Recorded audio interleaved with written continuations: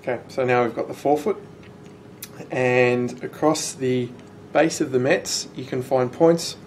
I've only got 4 here, it's probably 5, but there's points all along the base of the metatarsals, and the position of ease is to just pop your leg up like so, and it's just a plantar flexion with a little bit of external rotation will get you a position of ease for all of those points, holding for 90 seconds of course.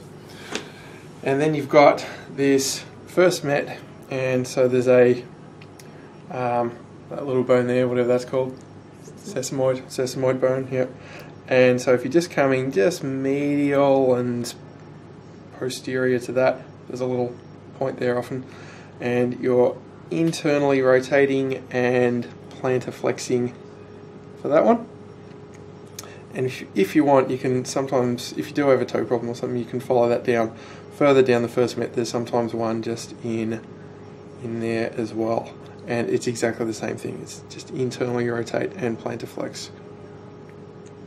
So that's the forefoot on the plantar side. If we look at the dorsal side, there's often a couple or one down here on the 5th met. So it's often this just head of the or base of the 5th met, I should say. Sometimes it's on that 4th met. There's something there, but the position of ease for that is to just roll over top like so.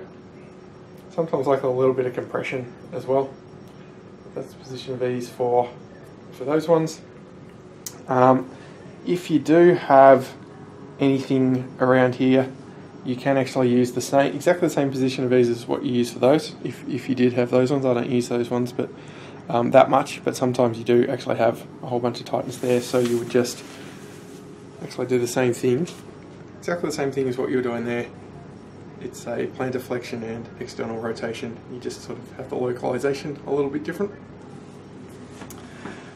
And then you've just got the bases of the toes, and that's just a dorsiflexion, and I just put a little bit of compression in, which makes it a bit more of a facilitated positional release, I guess, but you're just rolling over top and shortening them, quite straightforward.